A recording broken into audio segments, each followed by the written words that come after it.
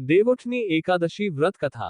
कार्तिक माह की शुक्ल पक्ष की एकादशी को देवउठनी एकादशी कहा जाता है। इसे देवोत्थान एकादशी, देवउठनी, ग्यारस, प्रबोधिनी एकादशी आदि नामों से भी जाना जाता है। एक राजा के राज्य में सभी लोग एकादशी का व्रत रखते थे। प्रजा तथा नौकर चाकरों से लेकर पशुओं तक को एकादशी के दिन अन्न नहीं दिया जाता था। एक दिन किसी दूसरे राज्य का एक व्यक्ति राजा के पास आकर बोला, महाराज, कृपा करके मुझे नौकरी पर रख लें। तब राजा ने उसके सामने एक शर्त रखी कि ठीक है, रख लेते हैं, किंतु रोज तो तुम्हें खाने को सब कुछ मिलेगा, पर एकादशी को अन्न नहीं मिलेगा। उस व्यक्ति ने उस समय हाँ कर ली, पर एकादशी के दिन जब उसे फलाहार का सामान दिया गया तो वह राजा के सामने जाकर गिड़गिड़ाने लगा, महाराज, इससे मेरा पेट नहीं भरेगा, मैं भूखा ही मर जाऊंगा, मुझे अन्न दे दो। राजा ने उसे शर्त की बात याद दिलाई, पर वह अन्न छोड़ने को राजी नहीं हुआ। तब राजा ने उसे आटा, दाल, चावल आदि दिए। वह नित्य की तरह नदी पर पहुंचा और स्नान कर भोजन पकाने लगा।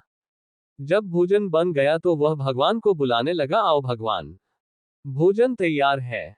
15 दिन बाद अगली एकादशी को वह राजा से कहने लगा कि महाराज, मुझे दुगुना सामान दीजिए। उस दिन तो मैं भूखा ही रह गया। राजा ने कारण पूछा तो उसने बताया कि हमारे साथ भगवान भी खाते हैं, इसीलिए हम दोनों के लिए ये सामान पूरा नहीं होता।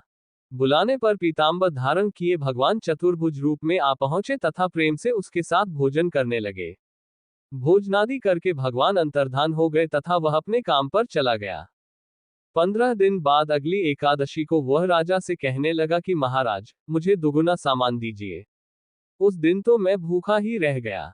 राजा ने कारण पूछा तो उसने बताया कि हमारे साथ भगवान भी खाते हैं, इसीलिए हम दोनों के लिए ये सामान पूरा नहीं होता।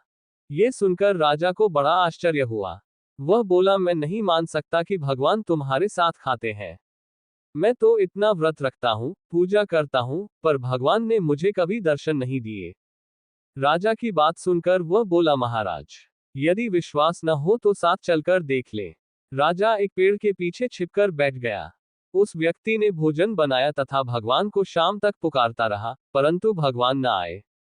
अंत में उसने कहा, हे भगवान, यदि आप नहीं आए तो मैं नदी में कूदकर प्राण त्याग दूंगा।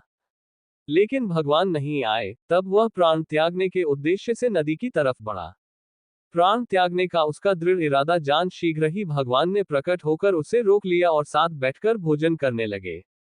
खा पीकर वे उसे अपने विमान में बिठाकर अपने धाम ले गए। ये देख राजा ने सोचा कि व्रत उपवास से तब तक कोई फायदा नहीं होता जब तक मन शुद्ध न हो। इससे राजा को ज्ञान मिला।